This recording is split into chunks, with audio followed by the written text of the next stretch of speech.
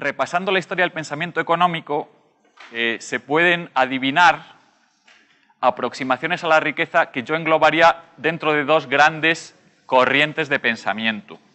¿De acuerdo? Los que se aproximan a la riqueza desde un punto de vista material y los que se aproximan a la idea de riqueza desde un punto de vista, no sé si es un poco presuntuoso llamarlo así, pero espiritual. Bien, dentro de los que se aproximan al concepto de riqueza desde un punto de vista material, en función de la profundidad de las apreciaciones, de más complejo, de menos complejo a más complejo, el examen de la riqueza, pues tendríamos en primer lugar los que dicen: la riqueza consiste en tener cosas. Tenemos cosas que puedan satisfacer nuestras necesidades, ¿de acuerdo? Por ejemplo, tener las despensas llenas, tener muchos alimentos, tener muebles, etc. Bien. El problema de esa aproximación, que ya los primeros economistas advirtieron, es que esos bienes tienden a desaparecer con el consumo. ¿De acuerdo? Si no se reponen.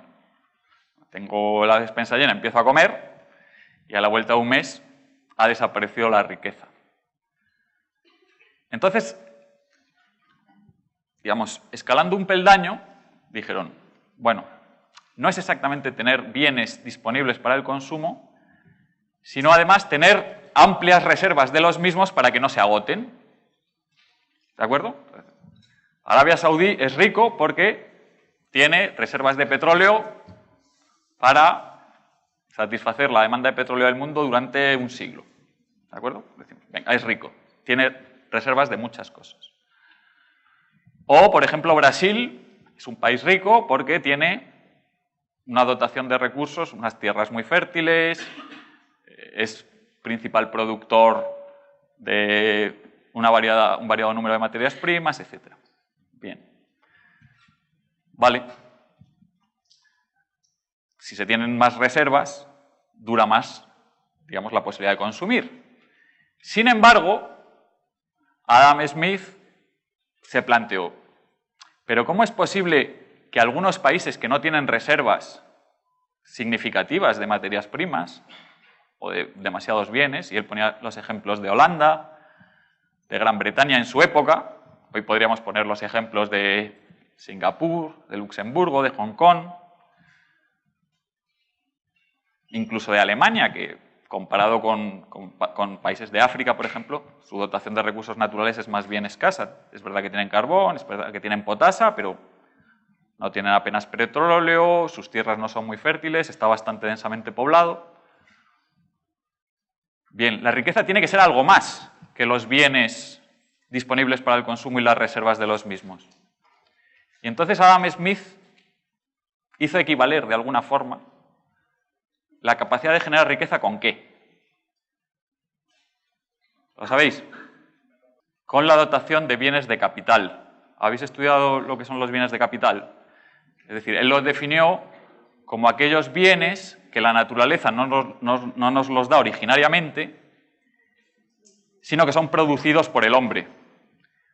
Pero no son producidos para ser consumidos inmediatamente. ¿Para qué son producidos?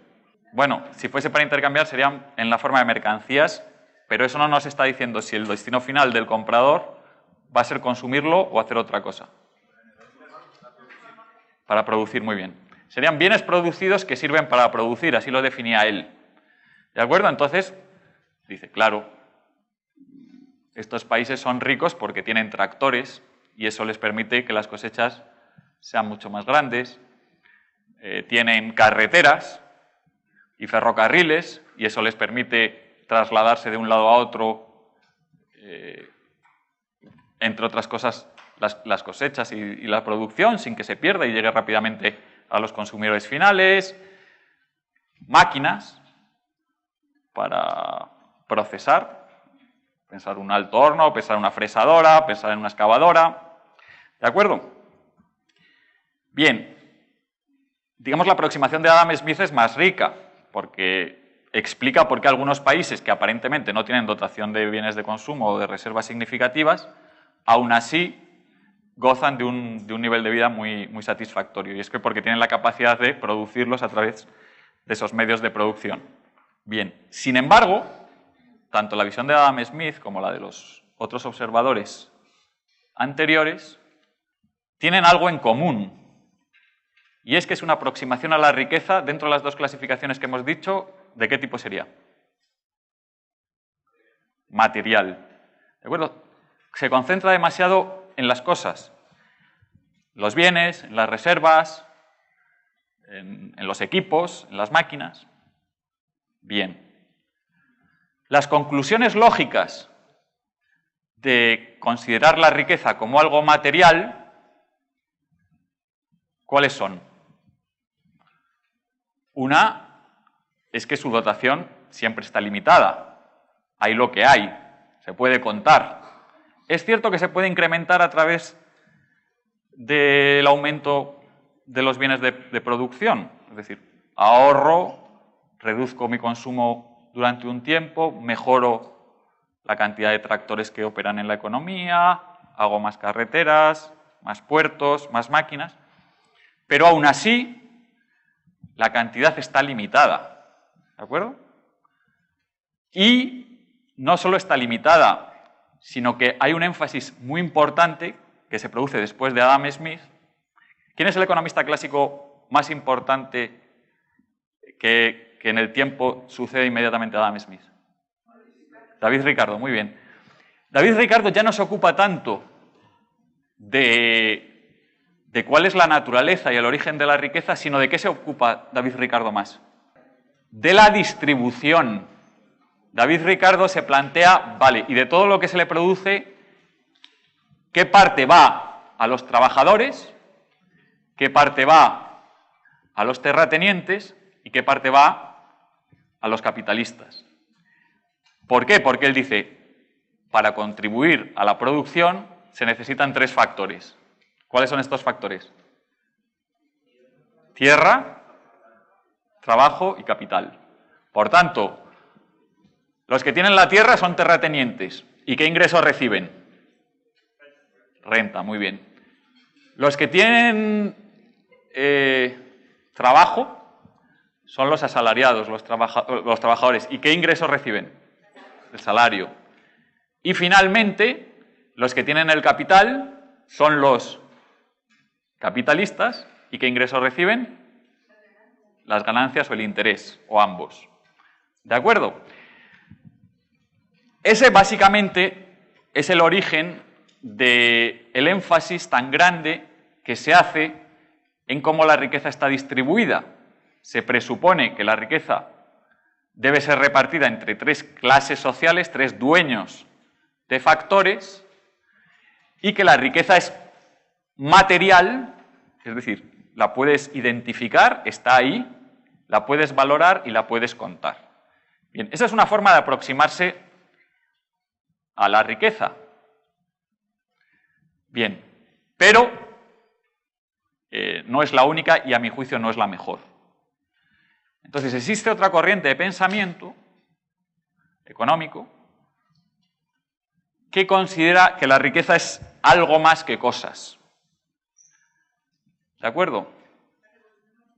Estos economistas definen riqueza como la capacidad de generar renta, la habilidad y la capacidad de generar renta, de generar los bienes y los servicios en el tiempo para atender las necesidades, de forma tal que quien domina ese arte es rico. ¿De acuerdo? Entonces, desde ese punto de vista, el elemento esencial de la riqueza es que la riqueza se crea. ¿De acuerdo? La riqueza no está ahí, la riqueza se crea. Se crean los bienes que producen la riqueza, pero también se crean... ¿Qué más se crean, además de los bienes que producen la riqueza? Bueno, se crean las ideas que hacen posible la construcción de esos bienes o el descubrimiento de las formas en que los bienes que se producen pueden hacerse de forma más económica, van a ser más deseados por la gente, etcétera, etcétera. ¿De acuerdo? Una de las personas más ricas de la última época seguramente ha sido Steve Jobs. ¿Vale? Habrá algunos de vosotros que tendréis por ahí iPhones o iPads, etc. ¿Qué valor tiene el iPhone o el iPad en el mercado? ¿Y qué parte de ese valor puede explicarse por los materiales y los componentes que lo integran? Es decir, si yo mañana cojo el iPhone, lo machaco, llamo a un chatarrero, digo, venga, fúndeme esto, véndemelo en el mercado. ¿Cuánto creéis que se puede obtener?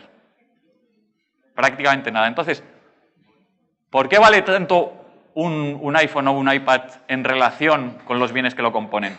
Perspicacia de los empresarios para descubrir que las utilidades del producto son más user-friendly, o son más cómodas, o son más rápidas, ¿de acuerdo? ¿Veis que hay una gran parte que no se puede explicar por el componente material, que solo puedes explicarlo por el conocimiento y el emprendimiento que va incorporado en ellos? Bien, conforme una economía se hace más rica, ¿vosotros qué creéis? ¿Que la parte material va aumentando en importancia o la parte inmaterial va aumentando en importancia? Inmaterial, bien. Ese es un fenómeno que siempre se produce en las economías, y es que se tiende a producir la desmaterialización de los bienes. Es decir, los bienes cada vez son menos materia y más diseño, idea, servicio, características, cualidades, etc. Bien, desde ese punto de vista, en el centro de la creación de la riqueza, ¿quién está? El emprendedor, ¿de acuerdo? Y en general el espíritu humano, ¿de acuerdo? La riqueza se crea en la mente, ¿de acuerdo? La materia está siempre ahí, la composición orgánica de los productos está siempre ahí, pero es la inteligencia de las personas la que procesa esa materia y la combina de forma tal que le proporcione utilidad y rendimiento, ¿de acuerdo? Tú le puedes dar un ordenador a alguien que no lo sabe utilizar, un computador, y para él carecerá de valor completamente lo que está recibiendo. ¿Me explico? Tú puedes tener petróleo debajo de tierra en abundancia, como por ejemplo ocurría en Estados Unidos en los esquistos, el shale, que si no sabes cómo extraerlo de forma económica, no te sirve de nada, no lo puedes convertir en gasolina y mover los coches. El hecho de que haya unos ingenieros que a través de su ingenio, valga la redundancia, sean capaces de conseguir estimular ese petróleo, fracturarlo, perforarlo horizontalmente y finalmente extraerlo, es lo que permite que zonas que antiguamente eran ricas en petróleo pero no lo producían, ahora lo hagan. ¿De acuerdo? Entonces, muy importante tener la visión de que la riqueza tiene que ver con el conocimiento y con el emprendimiento, con el espíritu humano. ¿De acuerdo?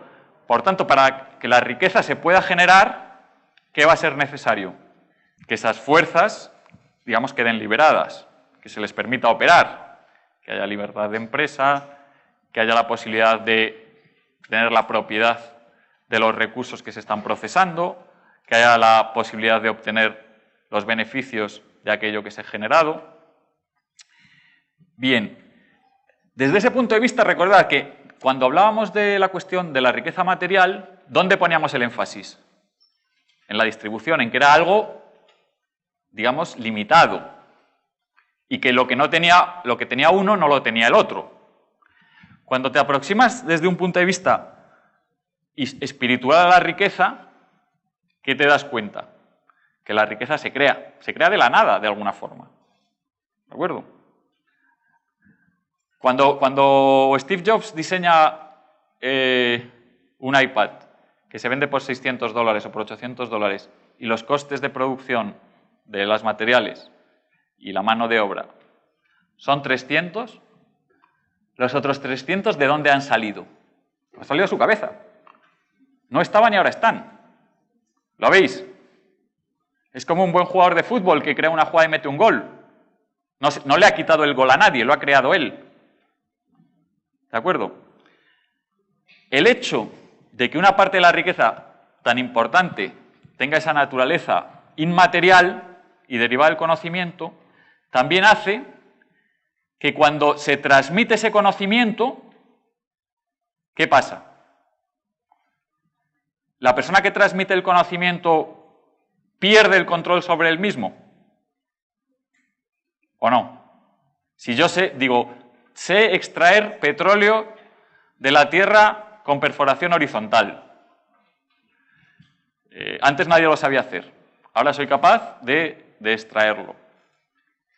Y entonces, como ingeniero, publico ese hallazgo o lo patento o vendo esa idea a otros exploradores y productores.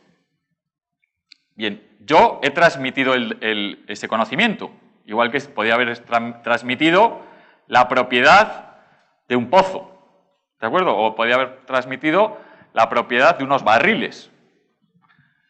Bien, ¿qué diferencia veis entre transmitir el conocimiento y transmitir unos barriles de petróleo? Exactamente. El conocimiento no se pierde, se multiplica.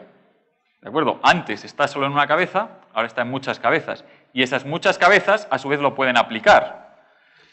Por tanto, la visión de la riqueza como algo donde lo más importante es quién la tiene y quién no la tiene, cede más el paso a determinar cuánta de esa riqueza se crea y cómo de rápido se transmite. ¿Veis? Esas serían básicamente las dos grandes escuelas de pensamiento económico. Bien, estas escuelas no solo, han tenido impacto en el campo teórico, sino también en el campo práctico.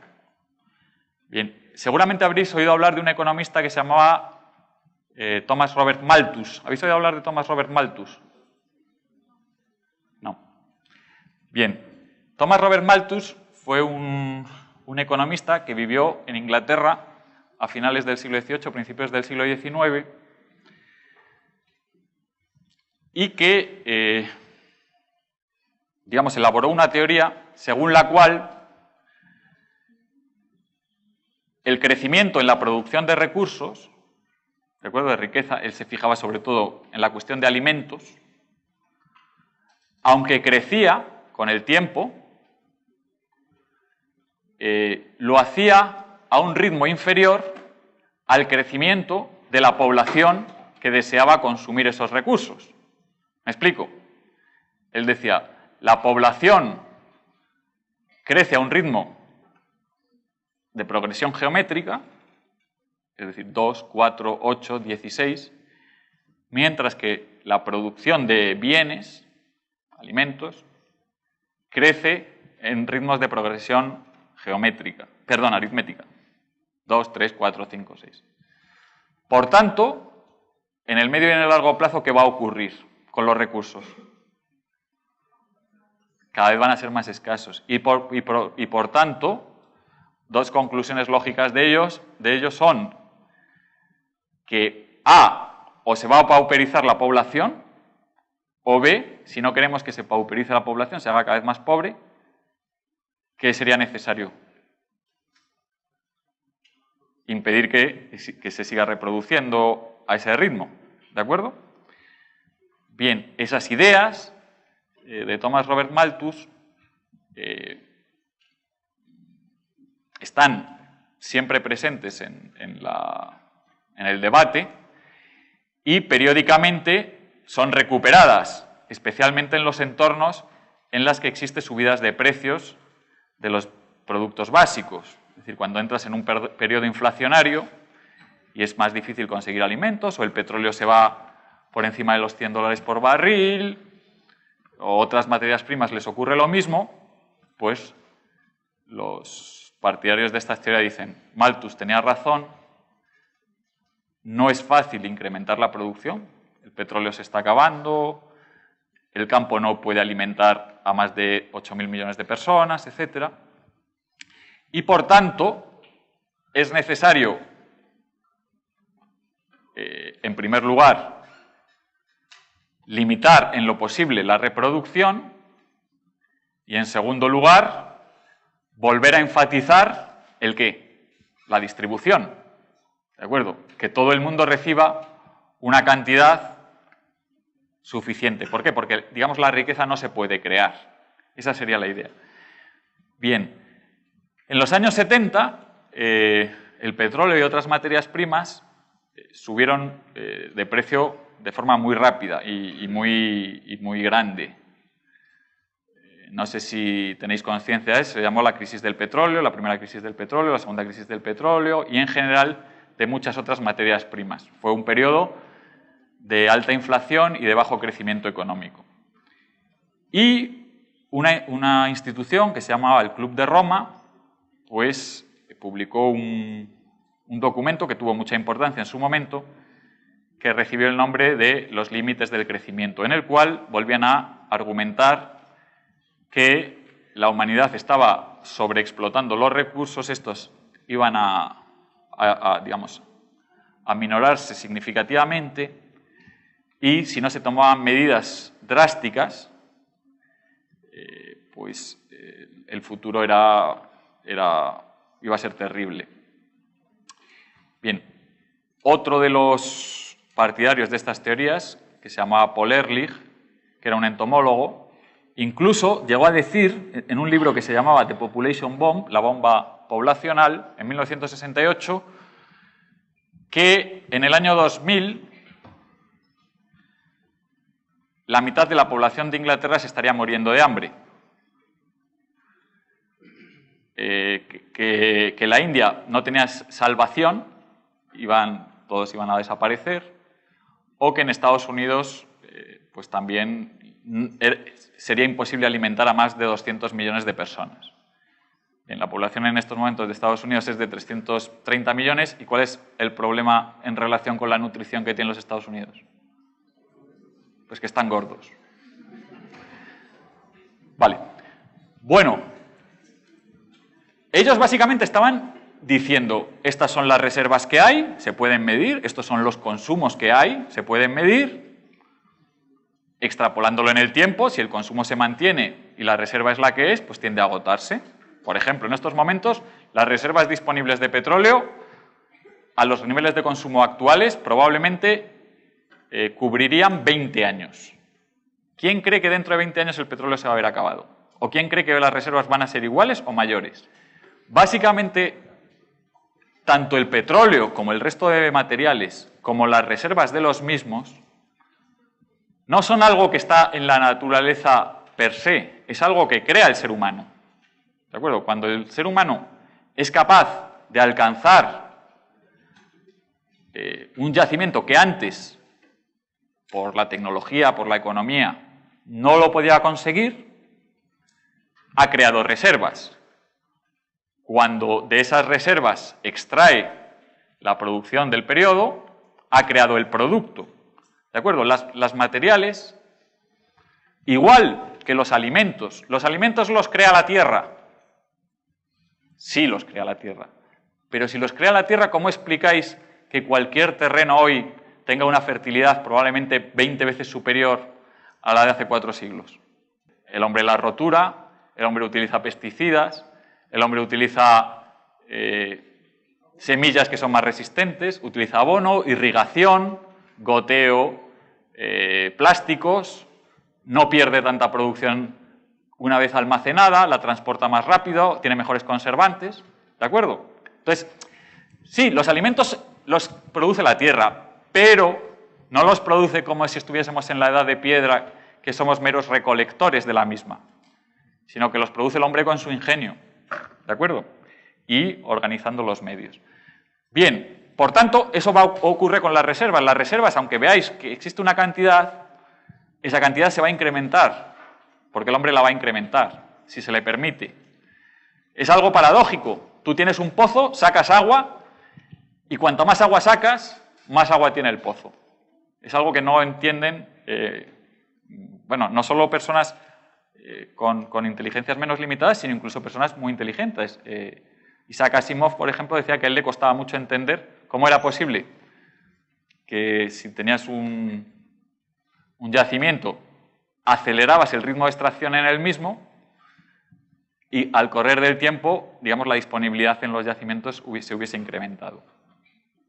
Bien, básicamente es porque del pozo no solo hay un canal que sube para que nosotros retiremos el producto, sino que hay una serie de afluentes que nosotros somos capaces de conectar para que vuelvan a reponerlo incluso a mayor velocidad.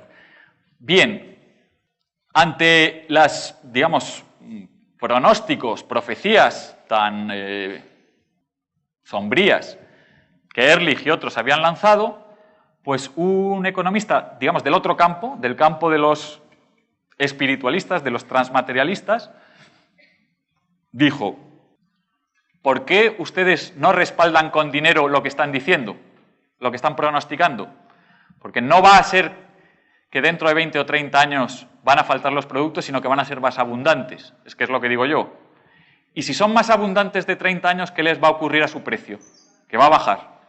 Entonces, yo les apuesto a ustedes a que dentro de 15 años los 10 materiales que ustedes elijan, no los que yo elija, sino los que ustedes elijan, van a ser más baratos de lo que son hoy.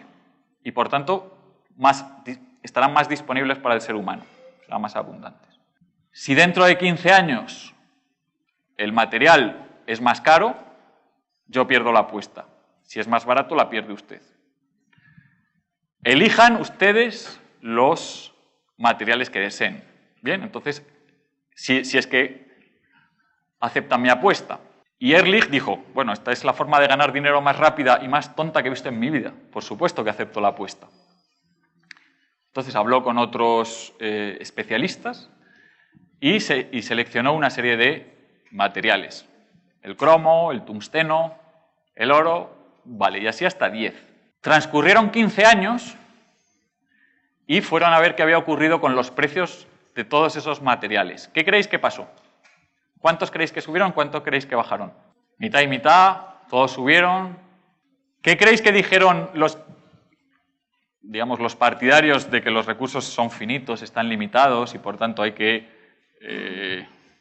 poner especial énfasis en su distribución y que hay que poner especial énfasis en controlar al ser humano para que no los agote? ¿Reconocieron que estaban equivocados o no? No, no lo reconocieron. Dijeron que era simplemente un gap estadístico y pusieron el símil de alguien que se tira por la ventana y como todavía no ha llegado al suelo, dice que no está corriendo ningún peligro. Va todavía por el piso tercero y entonces, aunque se va a matar, está contento diciendo: ¿tú qué decías que me iba a matar? ¿Ves que no me has matado? Bien. Simon dijo: muy bien. Si ustedes no les parece que no tienen que cambiar sus postulados, ¿qué les parece si duplicamos la apuesta?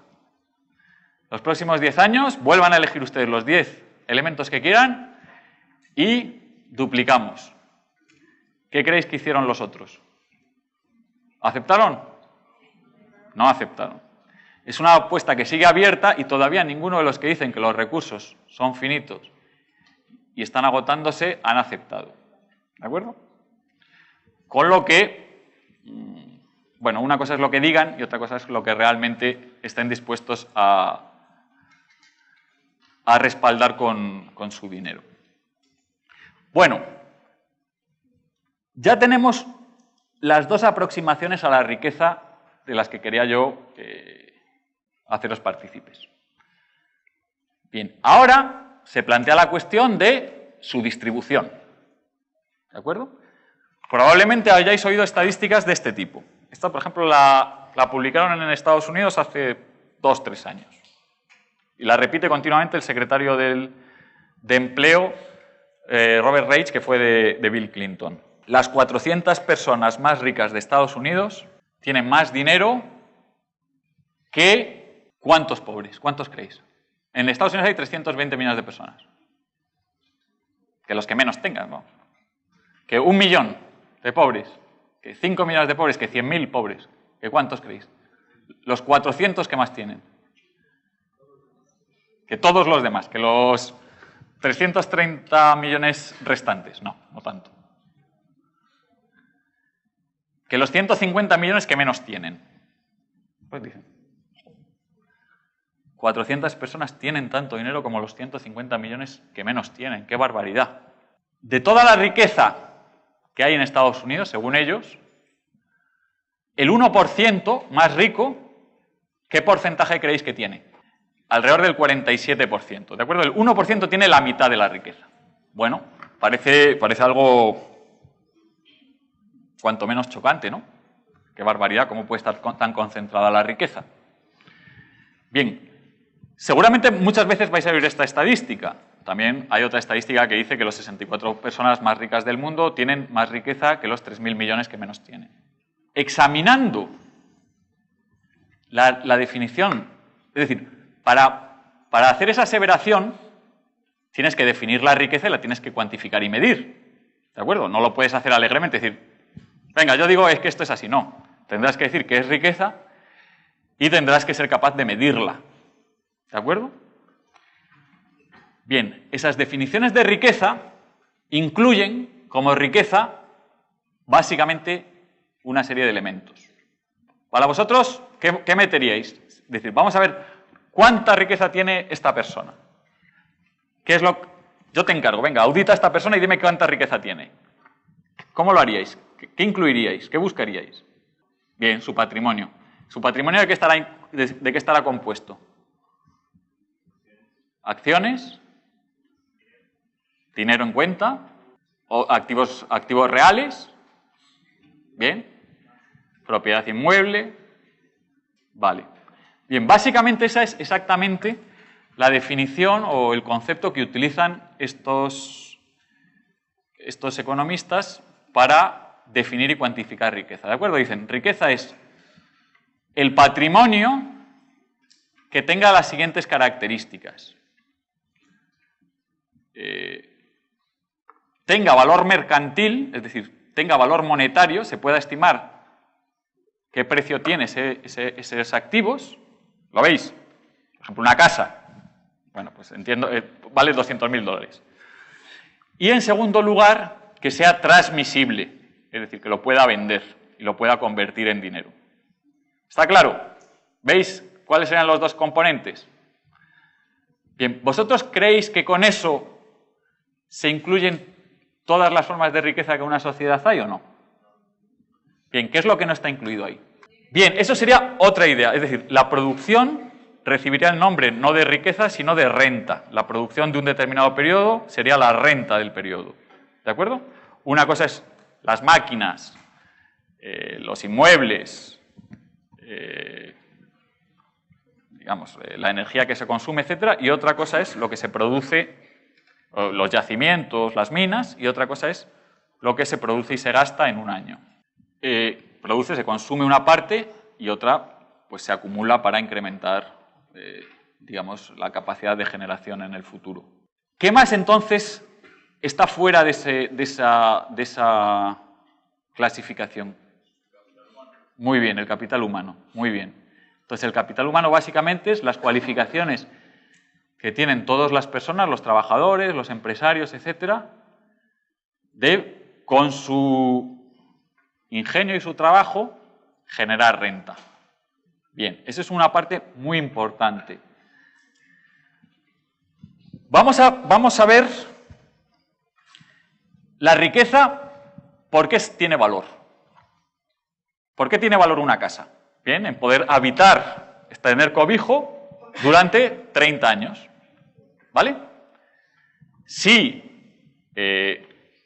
tener derecho a la habitación durante 30 años en una zona confortable tiene una determinada estimación, pues la propiedad de ese inmueble se va a aproximar a dicho valor. ¿De acuerdo? Todos esos flujos que la riqueza genera, ¿qué nombres reciben en economía? Utilidad, bien, y hay otra forma de decirlo. Nosotros, por lo menos en Europa, decimos renta. También sería equivalente. Por ejemplo, cuando estamos hablando del Producto Interior Bruto de un año, ¿de qué estamos hablando? Pues precisamente de las rentas que se han generado durante el año derivadas de la producción que se ha realizado. ¿Veis que hay una relación directa entre la riqueza y la renta? ¿Lo veis? Bien, entonces, ¿qué es lo que nos sirve para satisfacer las necesidades de cada periodo? ¿La riqueza o la renta? La renta. ¿Puede haber riqueza que no satisfaga necesidades del periodo? Por ejemplo, bien, tierra sin trabajar o tierra en la cual has plantado árboles y no van a poder convertirse en madera en 10 años. ¿De acuerdo? Por ejemplo, un proyecto de investigación para buscar una vacuna que está en su tercer año de vida. ¿Tiene valor ese proyecto? Todavía no han hallado la vacuna. Probablemente tendrá valor. Digamos, están en el camino, ya han hecho algunos experimentos con ratas, han descartado lo que va bien, lo que va mal. Ahora, ¿ese remedio es capaz de salvar a la gente o no? A día de hoy no. ¿De acuerdo? Entonces, hay riqueza y hay renta. Bien, según la definición esta que os he contado de que las 400 personas más ricas del mundo tienen tanto como los 150 millones que menos tienen, y que el 1% que tiene más riqueza tiene el 47% de toda la riqueza del país, la participación del 1% que más riqueza tiene en la renta, ¿cuál habría de ser? ¿Habéis visto cuál es la cadena de razonamiento? Es decir, estas personas tienen el 47% de los recursos, según digo yo, de la riqueza del país. Y ahora tengo que examinar la renta que se ha producido durante el año, cuánto les corresponde al 1% que tiene más renta, que luego veremos que no son los mismos además. ¿Cuánto creéis que les corresponderá? ¿Hay una relación directa o no? ¿Les corresponderá el 47% de la renta? Bien, pues la realidad es que el 1% que tiene las rentas más grandes del periodo, un año, obtiene el 16% de la renta del periodo. Entonces tenemos que la riqueza, el 1% tenía el 47% y el 1% que obtiene más renta se queda solo con el 16%. ¿Creéis que son los mismos? ¿El 1% que más riqueza tiene con el 1% que más renta tiene o no? No necesariamente. Y normalmente hay unos que sí, pero la mayoría es que no. Entonces, ¿cómo es posible que esos 400 que tenían toda la riqueza, la mitad de la riqueza del país, sean tan estúpidos de ni siquiera poderse meter en el 1% que más renta tiene y, en todo caso, si se meten, conseguir solo el 16% de la renta? ¿No os parece un poco chocante? Dice, tenemos el 47%, pero una vez producido y asignada la producción a los distintos hogares, a nosotros nos saca el 16%. ¿Cuál es el problema? El 100%. Hemos visto que no. ¿Cuánto creéis que va? Dicho de otra forma, ¿cuánto creéis que es la renta derivada del capital y la propiedad de los patrimonios? Sobre 100. ¿Cuáles son las posibles rentas que vimos hace unos minutos? ¿Cuáles eran? ¿Os acordáis?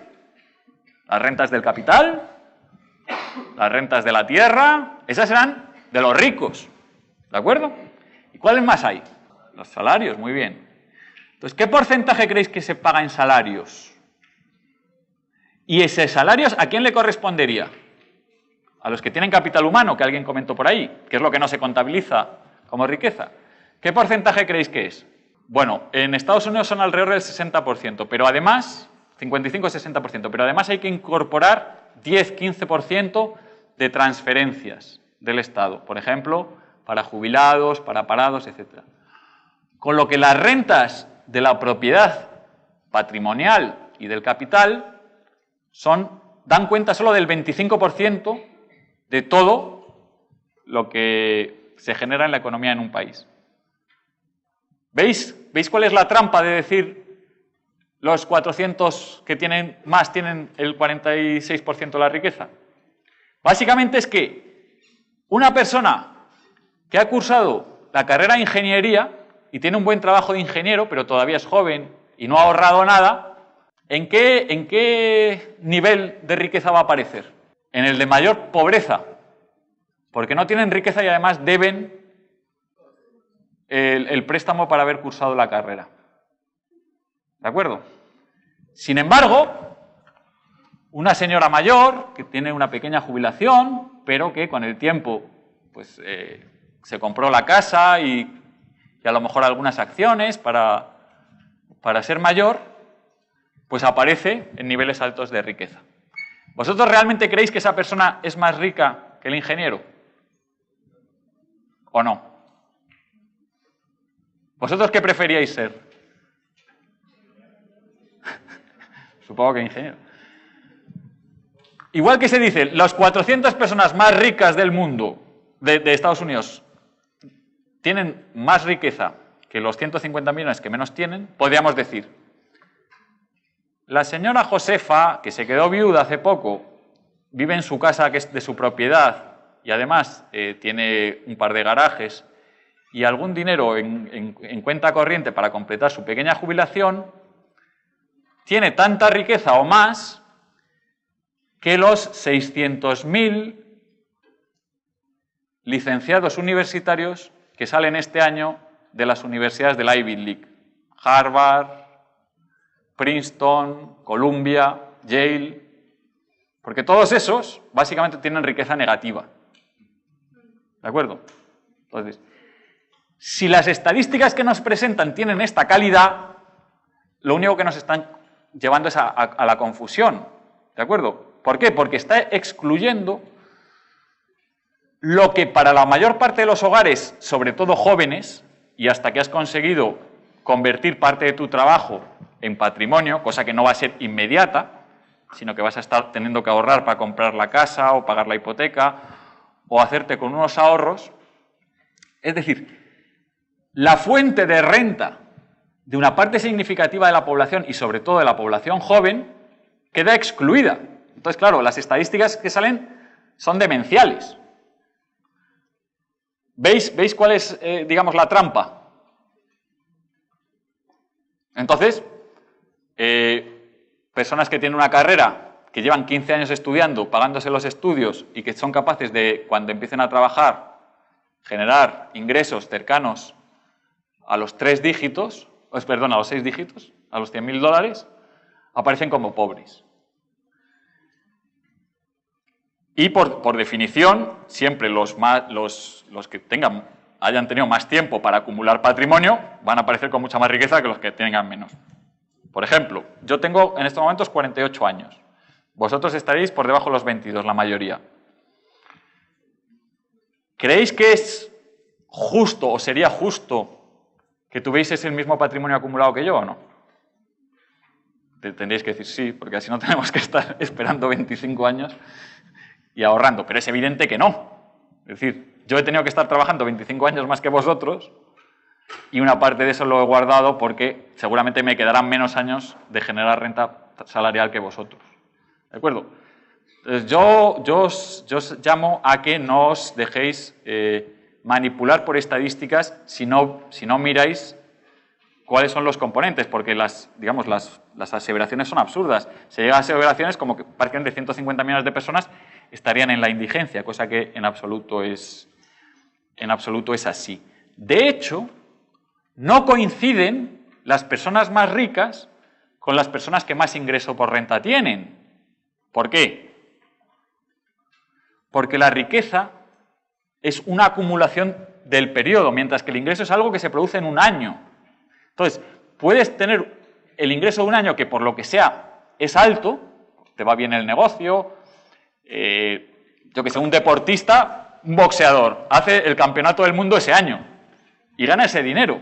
Probablemente hasta entonces no ha ganado más dinero y probablemente después ganará poco, pero aparece. Por tanto, siempre, y esa es otra característica, el 1% no es el mismo, sino que va variando. ¿De acuerdo? El 1% de un año que gana más, comparado con el 1% al año siguiente con el 1% al año siguiente, ¿cuántos creéis que repiten y cuántos creéis que cambian?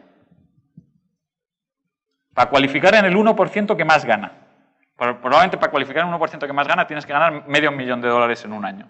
El que aparece en un año, aparece al año siguiente, aparece al año siguiente, aparece al año siguiente. ¿Cuántos creéis que repiten y cuántos creéis que no? Que el que ganaba 500.000, pues luego baja a 200.000 o a 300.000 y luego hay otro que sube. A la vuelta de 5 años, solo la quinta parte se mantiene. ¿De acuerdo? ¿Por qué? Porque un ingreso tan alto normalmente coincide con que tú, por ejemplo, vendes tu negocio. Eres un pequeño empresario, yo qué sé, haces un programa informático, haces una empresa y, yo qué sé, Microsoft o Facebook, pues la ven, les gusta y dicen, venga, te la compro por $5 millones. El ingreso de ese año es $5 millones. ¿El ingreso del año que viene van a volver a ser $5 millones? No. El ingreso del año que viene será lo que sea capaz de rentabilizar esos $5 millones. Que probablemente serán 200.000, 100.000, lo que sea, ¿de acuerdo? Y así, por ejemplo, los deportistas. Los deportistas de la NBA y de la NFL, de media, tienen por encima de los $10 millones de ingreso anual, mientras juegan al baloncesto. ¿De acuerdo? Lo más probable es que ese ingreso les convirtiese en ricos, ¿no? Hombre, si tú ganas todos los años $10 millones mientras estás en activo, estás 8 años, 10 años, 6 años, hombre, pues has ganado mucho dinero. Y probablemente esa renta la habrás podido convertir en riqueza. Bien, hay un documental que se llama Broke, Quebrado, que hizo un seguimiento de los deportistas que una vez retirados y transcurridos 5 años estaban atravesando dificultades financieras, básicamente que no tenían un duro. Algunos, curiosamente, se los encontraron en el McDonald's sirviendo hamburguesas. Más del 60%, exactamente. Más del 60%. Entonces, fijaros que no son los mismos.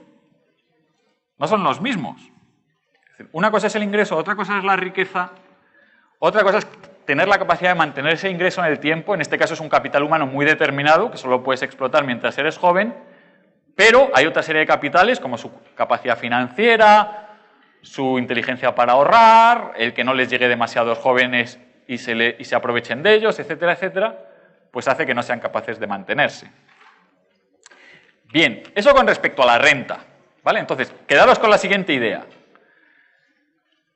La renta está infinitamente más distribuida que la riqueza, porque la riqueza solo contabiliza lo que se puede transmitir, y en tanto en cuanto tu trabajo no lo puedes transmitir, más que generar la renta aplicándolo, pues no figura. Lo mismo pasa con las transferencias del Estado, etc. Bien, vale, las personas más ricas del mundo. Vamos a pensar en Mark Zuckerberg. ¿Sabéis quién es Mark Zuckerberg? Bien. Bill Gates, Amancio Ortega, Carlos Slim, vale. Mark Zuckerberg, por ejemplo. ¿Cuánta riqueza creéis que tiene esa persona? ¿Cuántos millones de dólares? Más o menos. Es una cantidad. Bien, 20.000 millones. Vale, puede ser una cantidad, por ahí andará, probablemente tenga algo más. Bien, pongamos que Mark Zuckerberg tiene 20.000 millones de dólares. Mark Zuckerberg tiene esos 20.000 millones de dólares en una caja fuerte de seguridad en un banco. ¿Cómo tiene Mark Zuckerberg esos 20.000 millones? Tiene 47.000 millones.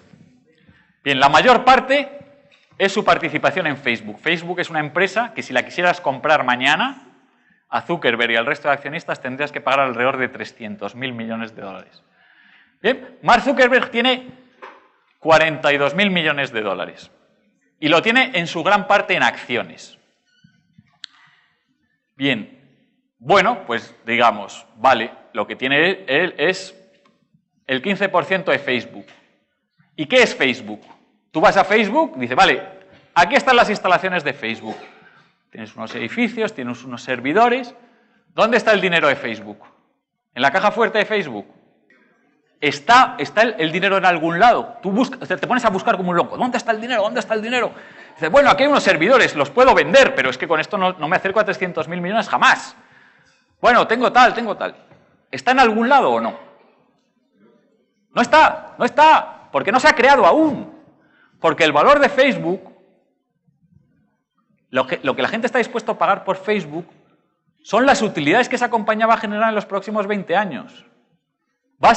Es comprar un sistema que te da derecho a los ingresos que por publicidad pagan las empresas que ponen sus anuncios en Facebook y que ven los usuarios. Pero ese dinero aún no se ha cobrado, no está en ningún lado.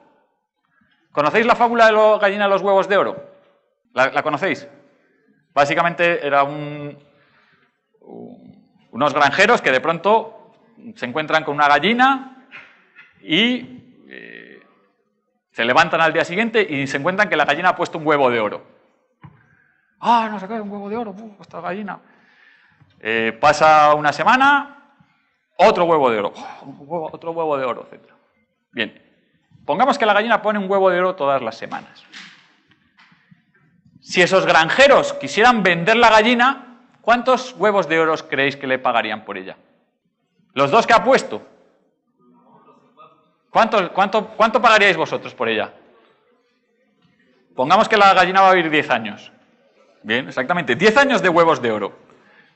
Entonces, el granjero dice, mi patrimonio en estos momentos son equivalentes a 4 huevos de oro al mes, 50 huevos al año, unos 500 huevos, pero bueno, descontados, porque nadie me los va a pagar todos hoy, porque van a tener que esperar, me darían 400 huevos de oro por ella.